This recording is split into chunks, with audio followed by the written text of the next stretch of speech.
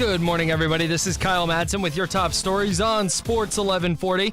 The Sacramento Kings continued to stumble on their road trip last night with a 120-105 loss to the Raptors in Toronto. No De'Aaron Fox in that one. Nemanja Bjelica and Iman Shumpert also sat out. Marvin Bagley got his first career start. He put up 22 points, 11 rebounds, and 2 blocks. Sacramento now gets a couple of days off before heading to Memphis on Friday for a Friday night matchup with the Grizzlies. And the 2019 class for the Baseball Hall of Fame was announced yesterday. Yankees closer Mariano Rivera became the first ever unanimous selection. He will be joined by Edgar Martinez, Mike Mussina, and Roy Halladay. It's 7 o'clock, and it's time to get your tickets for the 7th annual Sacramento Sports Hall of Fame induction celebration Saturday, January 26th at Thunder Valley Casino Resort. Go to SacSportsHof.com. Those are your top stories, and now it's back for To the Drive on Sports 1140 KHTK.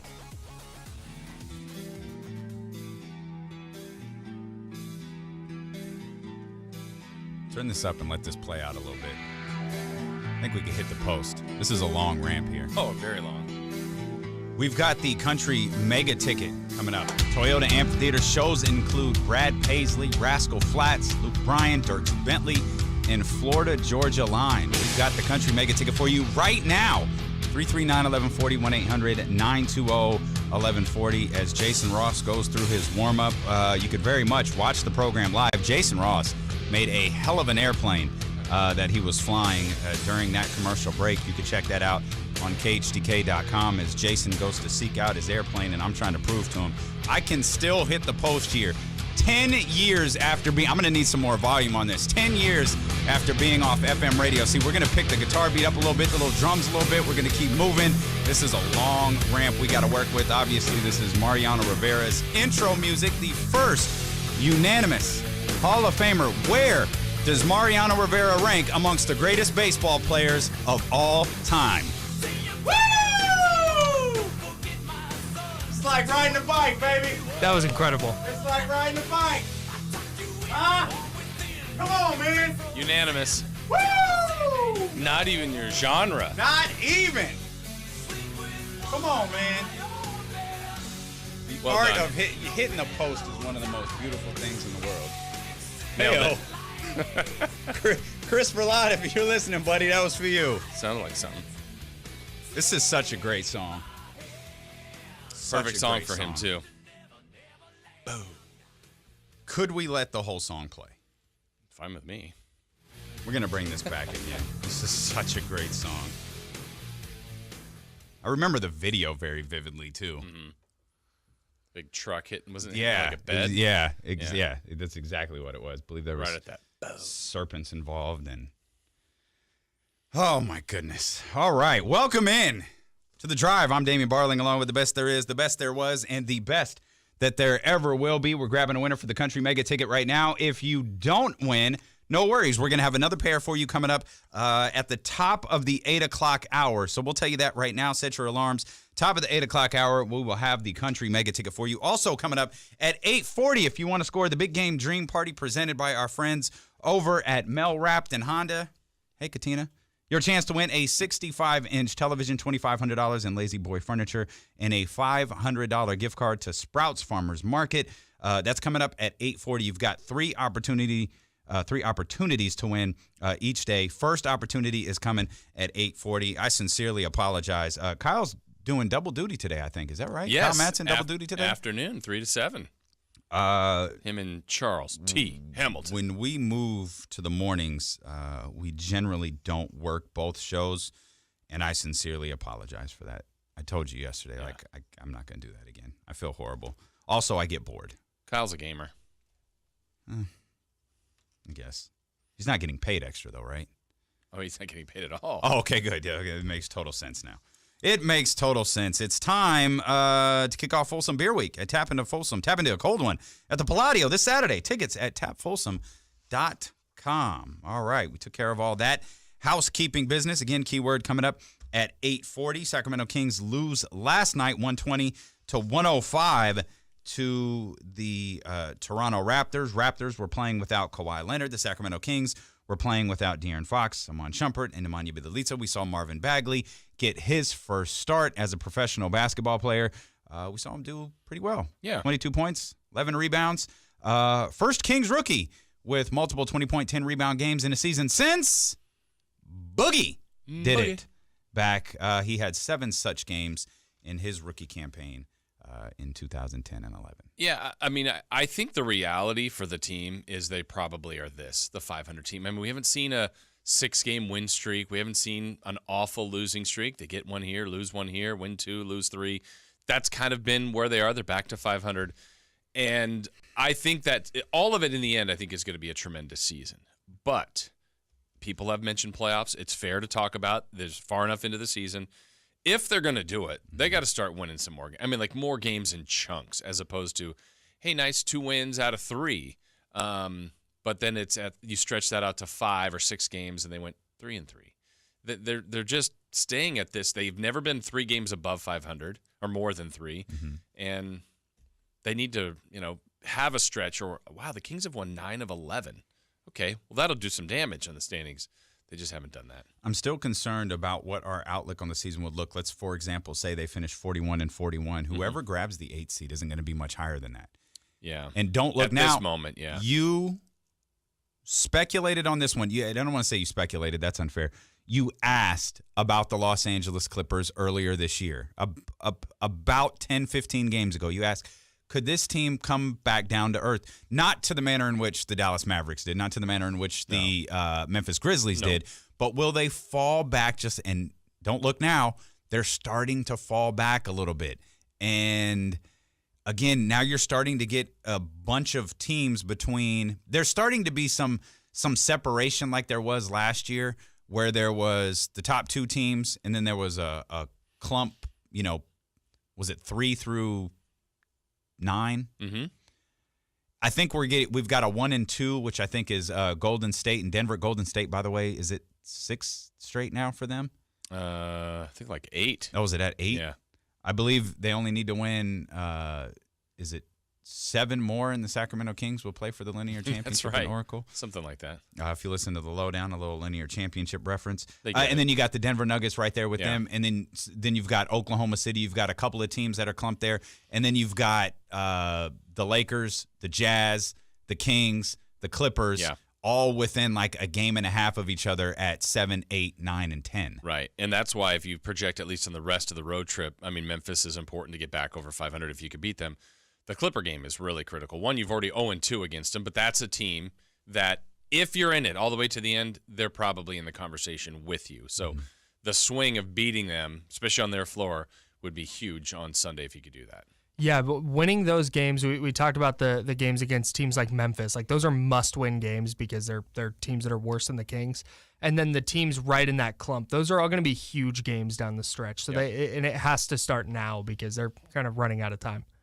Yeah, and it's too bad going out east. I mean, yesterday on the schedule was the most difficult team they played, and I think Brooklyn is much improved. But every night, like last night you watch, here's OKC playing Portland. Well, obviously one's going to lose. Dallas playing the Clippers. One of them's going to lose. There's the West just on a nightly basis obviously is going to be matched up, and the Kings are going to be in those games. But if they could have gone east and cleaned up while you're playing against the East and these other teams are beating each other, I think right now they'd be like 7th. But they didn't clean up. They haven't played great on the trip. And it still could be salvaged, but it's kind of like you said in the first hour, Damien. They put a lot of pressure on this Memphis game. It's very winnable, but it's also one of those, you lost to Memphis? Yeah, that's very much like the Phoenix game where I think they're better than them. Well, you have to beat them then. Yeah. And you've put yourself in a spot when you're 1-3 on a trip to need to beat them. I was listening to Grant and Doug before they went on this trip, and they were saying, hey, if you could have 3-3, are you taking it? Guaranteed you go 3-3, are you taking it and just not playing the games? And then Doug was like, yeah, I'd take that. And I was looking at the schedule and I'm going, man, really? They can't go 4-2 or 5-1 on this trip? And then sure enough, they dropped the games in Charlotte and Detroit. And those are tough, especially if they miss the playoffs by 2, 3, 4 games. Like you're going to look back at games like that. I think those are unfair. I think you have to look at the circumstances surrounding those games. They just played those 2 teams. They just beat both of them. And I think it's difficult to come back in such a short period of time to play 2 teams that are. Well, they got Detroit. I meant Brooklyn. Right, I know what you said meant. Detroit. Okay. Yeah, Brooklyn. But that was a gift, though. They didn't play well against Detroit. Yeah, that was that game was garbage. Yeah. It was, and If you watched that game from beginning to end and didn't throw your face into a wall, congratulations. Yeah. I had to walk away from that. Like, that was one of the boringest games I had ever seen. And it was probably the most anticlimactic buzzer beater ever. Yeah. Because the ball went in, and I remember sitting. I just hand in the air and thought, oh, thank God this is over. Yeah. Just hand up. Okay, they stole this one. Good. Let's watch a rerun of The Office. I meant I'm out of here. I meant to tell you this because I can't remember who I saw on social media said something like, "What a game!" And I went, "No. The end was fun because if you're a Kings fan, you enjoyed it. Of course you do. But the game it wasn't a good game at all. But Buddy made a great play, one great play, and it saved the day. But they did not play well. Were they down 10 in the final 3 minutes or something like that? He went crazy. You shouldn't be that against Detroit. Yeah. Like, the Kings should be beating Detroit soundly. Yep. Have we discussed how bad Blake Griffin's beard is? It's really trash. It's awful. Like, it is tragic. Why? It's just, it's oddly, like. It needs a shape up. Like, if he shaped it, it'd be clean. But Okay. it's just. He didn't shape it. It's the beard itself is not bad. The makeup of the beard right now is tough. It's really hard for people of our color to grow beards. Like, his is like red. Yeah. It's this weird. It's like the color of oddly our mic shaped. sock. Yeah, yes, Jiffy Lube. If we could put Jiffy Lube on Blake Griffin's beard, and I'm sure Jiffy Lube would be thrilled. It's not good. It's a bad beard. But he's not covered. They've got you covered. That's a good one.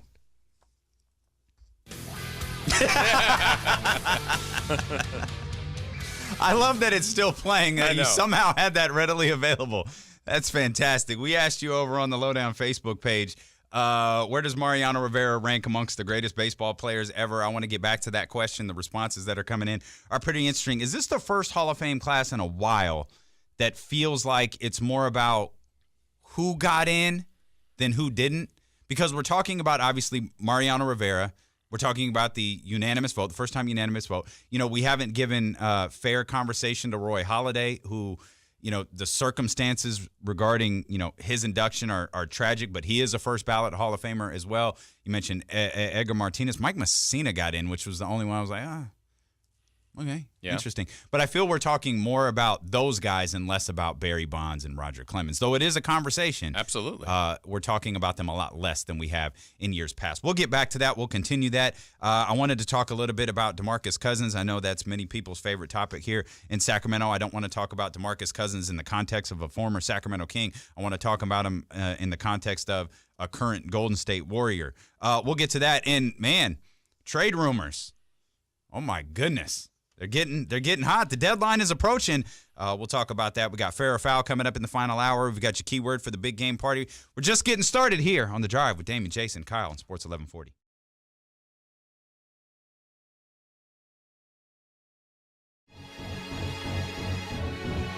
Good morning. Welcome back to The Drive. I'm Cody Baylor from The Lowdown. If you want to give us a follow on social media, you can find myself at Cody Baylor. That's Cody with an I. Jason at JasonRoss1140. Damien at Damien Barling. And Chris at Sac_MCFC. Also, check us out on Facebook and search The Lowdown. Jason and Damien, back to you.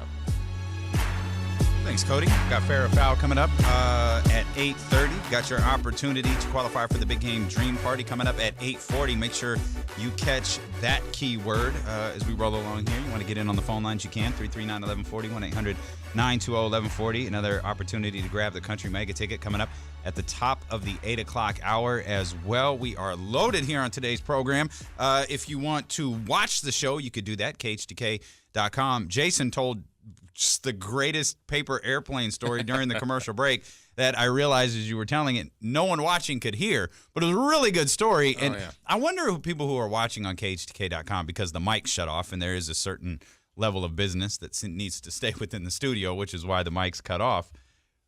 But I know that occasionally I have some strange reactions to something you say or to something I read. And I'm like, what is going on in that room right now? What are they doing? For those that are watching KHTK.com, and for those who have logged in the last couple of days, I'm all for stats that piss off other people. And the fact that we've broke the streaming record the 2 times that we've been streaming here on The Drive is something that we take great pleasure in, and inflates our egos just a smidge. It's a lot of pressure. to try to build off of it. Yeah, Yeah. which we will. Yeah. Did you just make eyes at the camera? Give a little wink. It's like you're seducing the camera, man. What are you doing? That's how you look at it. Well, that's how And I look maybe at, others do. That's how I look at you. You're welcome. Indeed. Thank you. Yes, indeed. Glad I got to be a part of that. I'm Yes. glad you did too. I'm glad you did too. Rumor and innuendo has it that the lowdown may do a little bit of streaming here in the upcoming weeks. Dangerous. Yep. Yeah. For all involved. But Does the that mean lowdown. the champ maybe too? We'll have to check We'll probably have to get fees and stuff that's signed true. and waivers and appearance fees and all sorts of that stuff. Like I won't tell Chris this. I miss Chris. Like it's weird not being don't with tell him. him that. We can tell by the shirt hanging on the chair Yeah. sitting next to you. That's always there. Damien sets that up every morning. Yes. By the way, people watching. Is that weird? It's not weird. Okay. Yeah. Well, Chris is a part of the lowdown. I mean, it's No, for sure. It would for sure be weird if he wasn't hanging out with you guys. Yeah. Well, there's 3 of us here right now, Mm-hmm. and one of us has worn that shirt to a Kings game.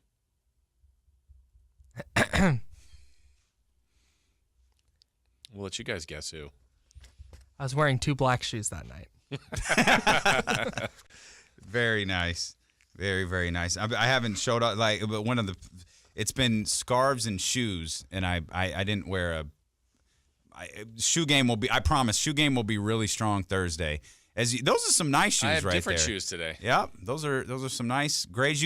Those are Kohan, I think, right? Yeah. You got it. Those are fancy. Jason undercover. Right? I mean, Kohan that's a high quality shoe there. You're dressed really. Are there corporate people here today, and you forgot to tell me? No. Oh, okay. So you went tucked in shirt today. Yeah. I was debating. Sometimes I tuck in, sometimes I don't. I love on the new lowdown graphic pictures, the new graphics that we put up on all of our social media pages. Well, I'm ignoring that, by the way. I wish I didn't say it. But I did. At Jason Ross 1140, Jason's learning how to use Instagram stories. Not well. No, you're doing a good job. You nailed it yesterday. I did? Yeah. Okay. Chris, that was for you. You're doing a really good job. Did you see Chris's story? Yes, I did see Chris's story. So when he showed me that, I said, "Oh, that's funny." Then I shared it, and it wasn't the exact same thing. It was his first post. he on has it. to tag you in all of them for you to share them to your, because you'll I didn't see like when you're tagged in something, it'll say add this to your story, Right. And you can. But you can I add that guess to the I story. must not have been in the second one. I don't That's know. probably it. He probably only tagged you in the first one. Darn it. But that was clever. Just want to remind everybody that this outstanding segment is brought to you by Fire Wings. Try one of their 21 delicious flavors of wings today. You can wear whatever shoes you want to Fire Wings. Tucked in shirt, scarves, It's unconfirmed. one white shoe, one black shoe. I wouldn't wear white shoes, though, because you might drip sauce out of there in your Nashville Fire chicken sandwich. It's delightful. Find the location nearest you at firewings.com. Fire Wings, just wing it. That moment you get that first spot on a new white shoe is tragic. Like, it is tear worthy. What are yours today? We haven't. Oh, seen they're them. just some Flyknit Air Force ones. Oh, is that all? Oh, those That's are it. nice. No, these those need to be seen. these are these are like a daily shoe. I know, but they I look wear good. these regularly. Okay. These aren't. I don't feel like I might clean off a pair of shoes that I haven't worn in years. Yeah. Just for the stream tomorrow, Okay. because I think they'll. All right. Oh yeah, they've got some heat attached to them. Gonna wear. This is a true story here. My shoes are going to be featured in a photo shoot in the next coming weeks. Yeah. By design. Mm-hmm. Okay. Yeah. Yeah. Well, that's cool. Very excited for that. It'd be a short photo shoot for me. You got the sensible black pair Yep. and the sensible gray pair. Yeah, maybe a few others, We'll but not add- much. We'll add to your collection. Snowshoes. As the day rolls along. I'm anxious. I'm anxious for Cody Baylor to get here because we started a conversation yesterday that I want to bring onto the radio yesterday.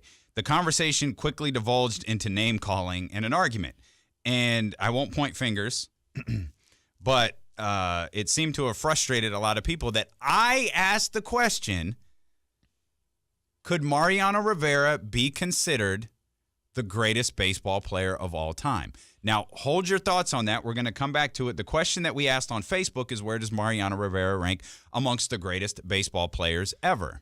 And the responses are mostly the same. He's the best closer ever. If you want to rank him up amongst players, he's top 50. He's top 20.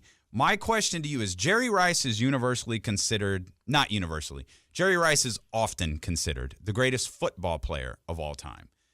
And that's when you look at the spectrum of who wins MVPs and things like that because of the quarterback position, that'll surprise a lot of people.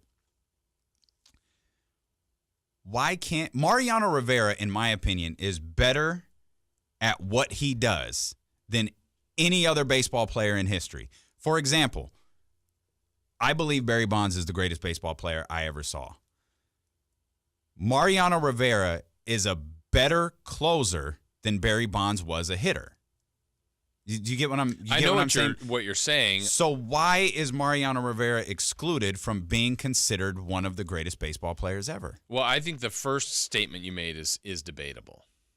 In what that Rivera is that much greater than if we pick Bonds. I didn't say he was that much greater, but he's better at his. I think that he's better. I don't think anyone has ever done anything in baseball better than Mariano Rivera was as a closer. Okay. And then, so I still think that part is debatable. But if we go on that premise, I still think, and like I said to you before, I don't think anybody has. People have probably, but majority of the time when people say, "Hey, who's the greatest baseball player of all time?" How many times have you ever heard Bob Gibson, Tom Seaver, Never. Steve Carlton, Greg Maddux? Never. So those are starters, which you could argue have more of an impact. You could argue they don't. But Rivera, I know what you mean. I mean, he's incredible in the big moments, at his craft, at what he was asked to do. But because it's specialty, I don't think I wouldn't ever consider it. But it doesn't diminish what he is. And so if that, in my premise, then I would say a pitcher could never be the greatest player of all time. Okay. So are pitchers aren't kickers. No. But, okay, Lawrence Taylor's about the only one I've ever heard people say defensively as the greatest player. Mm-hmm. I don't know if again, all of this is opinion. But that's the only one. Have you ever heard another defensive player? No. Not as the greatest football player ever. Right. No, Lawrence Taylor's the only one. And sometimes now Rivera has stats to back it up, but alignment, like could a left tackle be the greatest football player ever? I don't think anybody would ever say so, even though his value, his position, he never allowed a sack. I mean, whatever blocked, they ran so many yards behind him, had a quarterback that did this. I don't think that person would ever get called, whoever that is, the greatest football player ever. Okay. Right or wrong, I mean, I don't think Rivera is thought of that way, but I think he's thought of definitely as the greatest reliever. And I mean, that's not even a conversation, is it? Isn't it Mariano Rivera and everybody else? I believe so. I know Trevor Hoffman's good. I know Lee Smith is. There are guys that are there, but I feel like it's Mariano Rivera, and then there's everybody else. Right. Like this isn't a Montana Brady debate. This isn't a LeBron Jordan debate. It's Rivera in terms of closers. But it's curious. I'm interested just because we break down with, basketball is the only sport where we really don't do this. Right. We break down positions because there are specialty positions in basketball like defense. Right. There are guys who are defenders, primarily defenders. You can point out great two-way players, which is why you and I particularly have been highlighting Paul George and Kawhi Leonard in the seasons they've had, both sides of the floor. And you actually brought up something that made me realize my thoughts on Kawhi Leonard being the MVP could just fall. The amount of games that he's missed. Yeah, it's 13 now. Which leads me to believe he's probably going to miss a lot more. Yeah. That's going to start to remove him, if it hasn't already, from the MVP conversation. Yeah.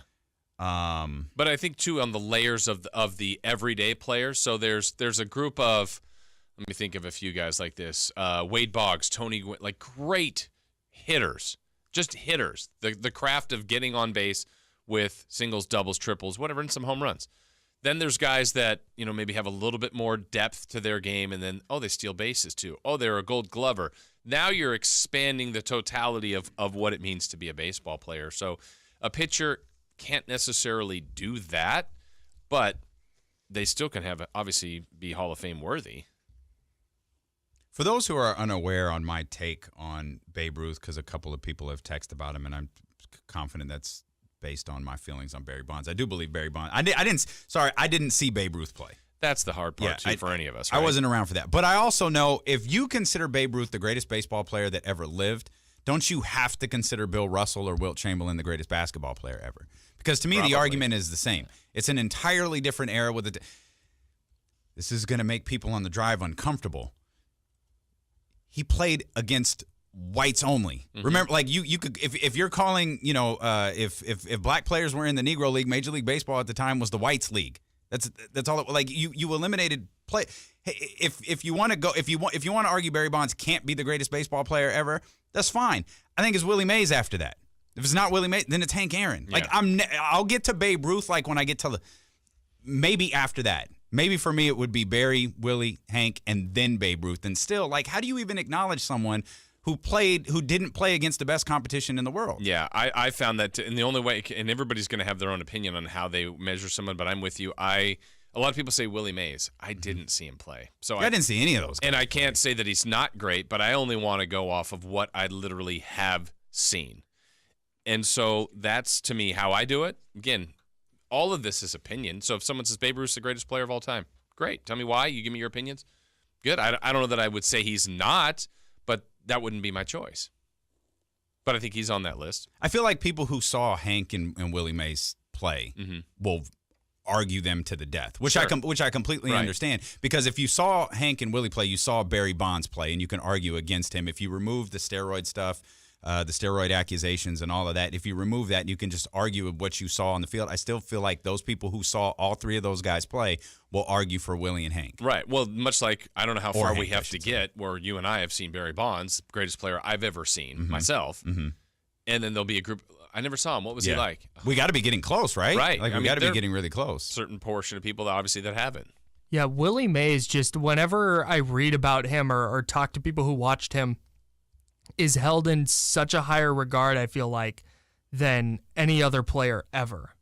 And there's no talk of steroids or anything like that with him. So yeah, I think if you're not going to go Bonds, if you're going to cancel him out because of performance enhancing drugs, then I feel like Willie Mays is the next guy up, just in terms of his all around ability defensively and with the bat and stealing bases. And he was really incredible player. I just don't think, and I've been dealing with some stuff back here, but going back to Mariano Rivera, it's hard for me to include not only a pitcher, but somebody who pitched maybe one or two innings, just on that same scale as somebody who did everything. So many stats today, baseball-wise, basketball-wise. I don't feel like this is a trend so much in football, but you hear stats, and in basketball, Kings fans will be super familiar with like per 48, like those types of stats. Those stats aren't necessarily real. They're a combination of a multiple of things. Baseball is the most advanced of advanced stats, I think, in all of sports.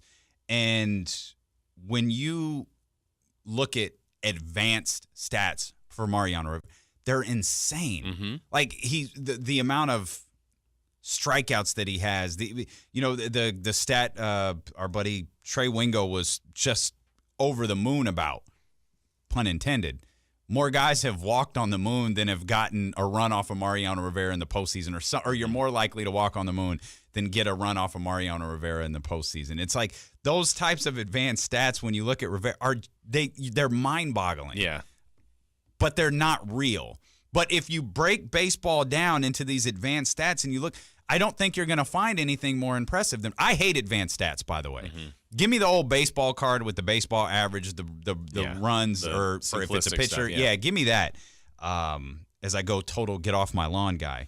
But if that's the era of baseball we're in, the analytical portion of baseball we're in, nothing is more impressive than what Mariano Rivera did as a closer. And I understand that part has to be thrown in. Nothing is more impressive than what Mariano Rivera did as a closer. Yeah. I just don't think we immediately eliminate him because he specialized in something. Right. He was he just, to me, was better at that than anybody else was at anything else that they do. And I wonder, I guess in the same line of thinking, though, could a and it might seem ridiculous, but could a pinch hitter, could a middle reliever, could a base stealer pinch run, like the greatest ever at that? Mm-hmm. But could they be? I don't know that they could ever be in the Hall of Fame, or would they ever be considered the greatest player just because that's too specialized.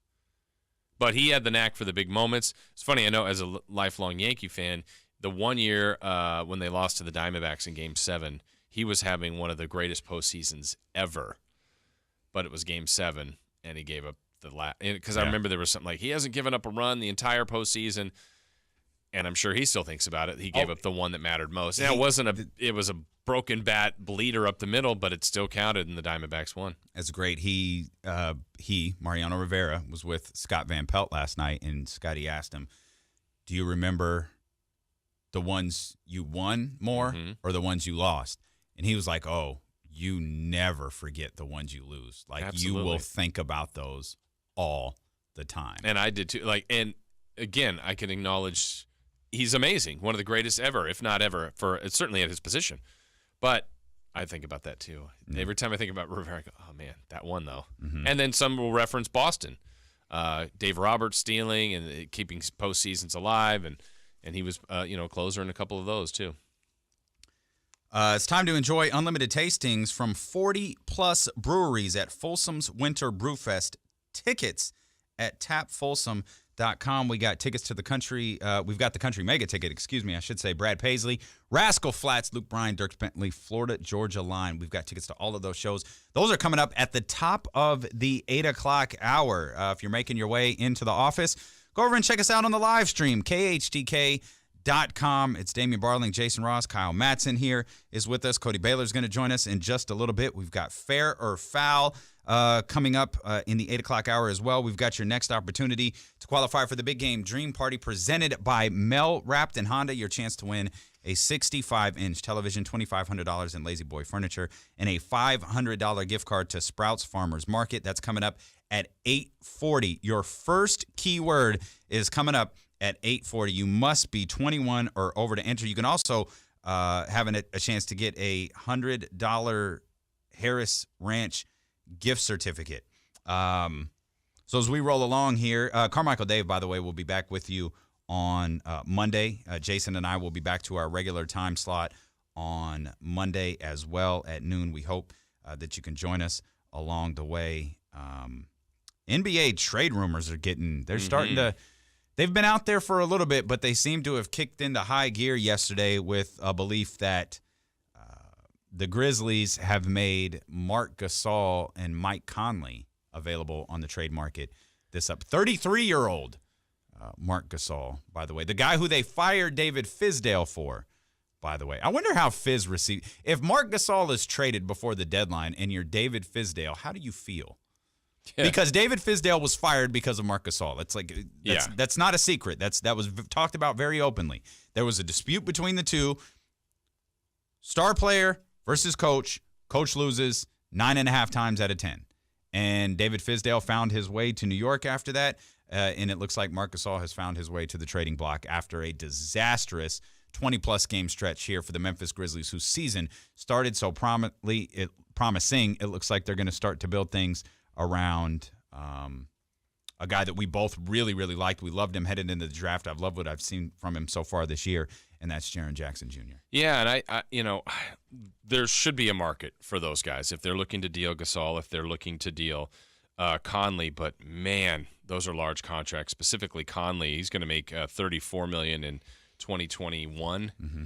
So he's still got a couple years left. And that's still like $13 million less than John Wall is going to make in the final year of his deal. Isn't that crazy? But and then Gasol, I think there's a little bit of stuff following Marc Gasol. Yeah. So you asked how Fizdale's feeling. He's probably glad he's in another spot and working and not that he's loving what's going on with the Knicks at the moment. He's got time to build that, hopefully for his sake. But that's tough when you're that team that Memphis has consistently had a good run here. They've been good. The last couple of years it's been different, but those two guys are a big foundation of what they built there, along with Zach Randolph, Coach Yeager, Lionel Hollins, others that really built that grit and grind. It was a team that was dangerous in the playoffs, never won it, but now where they see where they are and the best idea. Like Conley still feels young, but he's in his 12th year.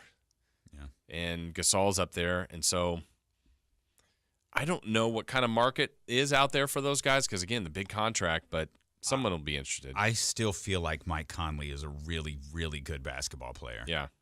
Mike Conley is quickly approaching. I still think it's Mike Bibby, unless there's someone I'm completely forgetting. I think Mike Conley is quickly approaching the best basketball player to never make an All-Star game. That's interesting. There's got to be, that list. I think Mike is really close to the top of that list. Maybe there's someone I'm leaving out, but Mike never made an All-Star team, and you think about the years that he had, even if you centralize it to what he did here in Sacramento, Mike Conley's never made an All-Star team. Those two right there, they're right there at the top. I'm welcome if you can show me someone else who deserves to be on that list of great basketball players or guys who had really, really good runs that never made an All-Star team. And the way it started this year, when at one point they were the 1 seed, granted it was very early in the season, but 15-9. Since then, I think it's 4-19. He's not making it this year either, and he's played like one. And that's the thing: when you play like an all-star, you have to kind of get there the first time, and then people will start to believe in you. But this is kind of a mess now in Memphis. And what's the recovery? I mean, one win. If they beat the Kings on Friday, they play tonight, I think, and then Friday. That's not solving it. They have a lot of things. They had the most improbable fight ever, right, with Temple and Omri. So something's not right there. They've lost 9 of their last 10. They're 19 of 28 overall. When you look at the two teams, by the way, Memphis owes the Boston Celtics a first-round draft pick that is protected to number 8 this year. It's protected to number 6 next year, and it's completely unprotected in 2021. That's why How does Boston have everybody's pick? I don't know. Danny Ainge? Yeah. I don't know. What deal is this? I don't know. We'll have to look I don't even know. up. Like, when did Memphis and Boston do something? And it might be something that's pieced from some other deal too. Who knows? But my goodness, I'm not sure how I just can't keep track of 2021. I can't keep track of all of this stuff. But it's worth noting that two teams with marquee-ish players that are so tied to trade conversations are two teams that have really played themselves lately out of playoff conversations. Obviously, we just talked about the Memphis Grizzlies. The other one, the Dallas Mavericks. Dennis Smith Jr. returned to the Dallas Mavericks last night. Your guess is as good as ours. Like, it's a weird situation. They said he was sick. That's why he was away from the team. But yet they openly reported about meetings that took place between Dennis Smith Jr. and Rick Carlisle. There have been open discussions about Dennis Smith Jr. being unhappy with his role, seemingly being completely replaced by Luka Doncic, who went full Hulkamania on his jersey last night when he ripped it in half. But, you figure it out. Yeah, I got nothing on this one. This has been a very weird story to follow. Well, I don't know what led to the point where Dennis Smith Jr. where they got to with him, but at now where it is, I don't blame him for being. Wait, you want to trade me? We've heard it. It's been out there, and now you ask me to come back and play for you, play the same, give you everything I've got. I think that's a difficult thing. But you're a second-year player. What can you do if you're Dennis Smith Jr.? Right. You're stuck. Yeah, and I think what I wanted to look at the box score because I know at one point last night, I mean, Luka still ended up having a good game, stats-wise, but I think the team could be better with Luka as the primary ball handler, and with like a James Harden role almost in a sense where he was the facilitator, decision maker. Dennis Smith Jr. was back in the mix. Now they did win; they beat the Clippers. It's a good win, but some of Luka's numbers went down because of Dennis Smith Jr. playing as many minutes as him. I wanted to spend a few minutes talking about DeMarcus Cousins and what his return means for the Golden State Warriors. They got before we do, did you see Gorgie Dang and Devin Booker? Yeah. Maybe we should save this for fair or foul, but do you think that was real? Is there a player in the league you would be, like, less intimidated by than Devin Booker? Yeah. Because if I looked at Devin Booker and he wanted to throw hands, I'd be like, all right, dog, go ahead and do that. Right. Come on, man. I'm down. And Gorgie Dang, like, nah, I don't want to throw hands with Gorgie Dang. And like that fake, I'm going to meet you in the tunnel. Like, really? You can find him if you want to, but most times than not, nothing happens. Almost all, nothing. It only happened once. Right. Yeah, and we all know about it. Yes, yeah, we're pretty all famous. Very, and the camera saw it. We're all very familiar with that. Of course, there was the breach of the locker room, the Staples Center tunnel last year. Yep. But nothing happened. Right. Nothing happened there. Looked like Shump wanted to make something happen recently here. Oh, yeah, he definitely. But again, nothing happened. Yeah. So you get all the reports, Shumpert's outside the Blazers locker room. Okay. It sounded more comical than serious. Yeah. Like, as we started to get texts from it, it was like, dude, Shump, what's he going to do, beat up security? Right. Like, what is he doing? Yeah. Nothing to see here. The Thunder beat up the Blazers last night. There's a great clip on social media that got circulated of Damian Lillard at the foul line, another one of my favorites, and Russell Westbrook lining up, of course, chatting at him aggressively, as Russell Westbrook does, telling, I've been getting that ass for the last 11 years. It's so great. It's so great. I love – Angry Russ is my favorite. Well, when is he not angry? Well, that's what I mean. Yeah. Angry Russ is 100% my favorite. He's always angry, which makes it that much better. Russell Westbrook, by the way, for those of you who are enamored with James Harden's scoring streak, Russell Westbrook, for the third straight season, is averaging a triple-double. Mm-hmm. So go ahead and holla at me when James Harden gets to game 82 of his cute little streak right here. Okay. Or does it for the next 3 seasons. All right. 29, 10, and 14. Not, again, another poor shooting night for Russell Westbrook. That was his 14th triple-double of the season. Double the next closest player, which is Ben Simmons, who has 7. The MVP of that team, Paul George, 36 points for PG-13. Paul George, first player with multiple games of 35-plus points and 5 steals this season. We've told you he is an extraordinary two-way player. As a matter of fact, let's get a little Russell Westbrook love here. Or not. Kyle's having a rough time in there. We'll just leave the audio going on. We don't take commercial breaks here when we fill on the drive. Don't worry. Log on to the KHK app. If you're in the car right now, thank you so much for listening. I'm Damien Barling, along with Jason Ross, Kyle Madsen on the controls. Cody Baylor's going to join us here in just a little bit. Eunice, the executive producer, handling the live stream for us. If you're headed to work, you want to watch the show live, and yes, watch the show, you can go to KHTK.com and check us out there. We got a country mega ticket coming up at the top of the 8 o'clock hour. We've got your first keyword coming up in just under an hour, your chance to qualify for the big game Dream Party presented by Mel Rapton Honda. I had mentioned DeMarcus Cousins a couple of times here.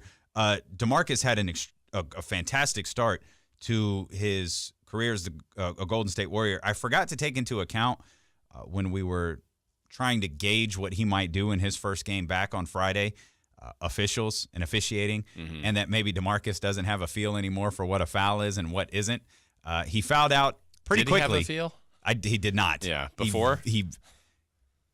A better one. Okay. A better one. I think it was 14 points in 15 minutes, or it was 15 points in 14 minutes. One or the other. I thought it was, and of course, an emphatic first point. His teammates just seem to love him and be overwhelmingly happy for him, which I think you'll see a lot, or I don't think you see a lot. You do see a lot when players return from such devastating injuries.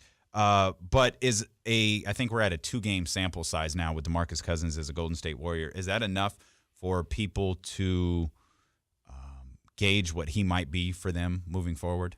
I think there's going to be more to it. I think he's going to keep adding to that. I mean, he's barely played a huge volume of minutes because of one, as you said, the first game fouls. Second game, he played a decent amount, but not a ton. I just think all of it's going to grow. I mean, his stats are pretty good through 2 games. I think rebounding numbers will go up. I was amazed by the people on social media after his first game that were surprised that, wow, DeMarcus, he's like the third splash brother. Look at him hitting threes. He's been doing that for like 5 years. Yeah, I don't know what. He's a really good shooter. I think he's going to hit a bunch of trail threes for that team. I think this team has the ability to have their 4 primary scorers. I'm not counting Draymond. So scores, Curry, Durant, Clay, and DeMarcus all have individually the nights like Clay like DeMarcus can score 35 easily. Yeah. Durant, Curry, Clay. It just makes them so difficult to guard. And there'll probably be a night or two, because this team has shown it, that they're all clicking. And if that happens, well, see if you can stay within 20. And they don't even have to. Right. Like they don't, a couple of them can. Right. I mean, today is the 4-year anniversary of Clay's 37. Yeah. Greatest thing I've ever seen in person. 37 and a quarter. I mean, it was amazing. And if you had to bet on it happening again, would you bet that it would or it wouldn't? At that time, I said, there's no way. Like, how? That was just so crazy. But now we're in a time where feels like there's volume shooters, there's better shooters, more people hitting threes. Clay just hit 10 in a row in a game. I mean, could that have been – Warriors just scored over 50 in a quarter. I think it's possible. I think it'd be really, really difficult, but I think it's possible. One of the most amazing things about that quarter, I feel like it was the Sacramento Kings game. Everybody saw it. If you've never seen that quarter from Klay Thompson, if for some reason you missed that Kings-Warriors game, go out of your way to see it. Because you think, okay, with 37 points, Klay got going, his teammates started to find him, and then he just went crazy. That's not what happened at all. He went several minutes to start that quarter without scoring. Yeah. It was late in the quarter that someone realized, oh, dude, Klay is doing something here. And then you started to notice, okay, the ball was going to Klay every time. But we're talking less than 7 minutes left in the quarter before someone realized, just give the ball to Klay every single time down the floor. I felt like, and I could have these numbers confused in my head, but something like, I mean, he might have had like a 16 or 18-point quarter with about 3 minutes to go, which is a really good quarter. Mm-hmm. But there was only 3 minutes left, and then he went crazy. Yeah, it's definitely something along like those 19 lines. or 20 points, 21 points in the last 3 minutes, and there were times, and people would say, like, close out on him. There were times he wasn't square, barely had the ball in his hand. It was gone. Mm-hmm. I don't know what the Kings could have done differently. Nothing. Yeah, it was just, and then at that point, obviously, I want to see the Kings win. But I'm going nuts. Like, give him I want to see it. Just keep giving him the ball. Let's see how far he can take this. And it was incredible to watch.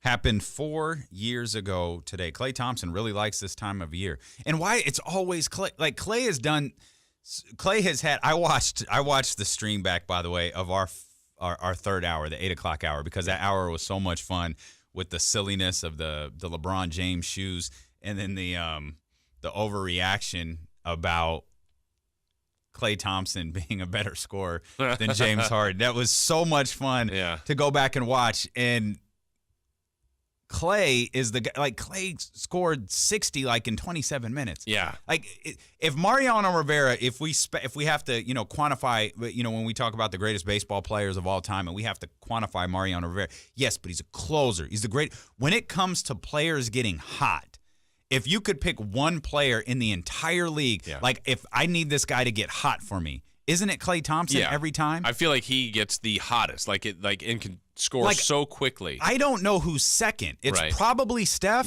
but I really don't know. Well, and also the subtlety of his game, the nuance of Klay's game, which is so great. One, he's on a great team with other people that people are usually focusing on more so than him, even though he's a huge part of what they do.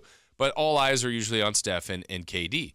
And then as a guy that just moves and cuts and doesn't dribble a lot, he just needs to get the ball, and he could stay that hot. And Steph, there's a lot of work with him to get it. Like, he might do some incredible ball handling to create his own opening, or just shoot from a range that is just unheard of. Mm-hmm. But he could do all that. It's almost more eye-popping with Steph, but Klay, once he gets warm, my goodness, I don't think anybody gets hotter in the league. Yeah, I'll take him 10 times out of 10, and I really do think the second guy, if we were to do a get this player hot draft, it's Klay, and then it's probably Steph. Mm-hmm. After that, I don't know where to go. Right. I mean, I don't know, because no one has done the extraordinary thing.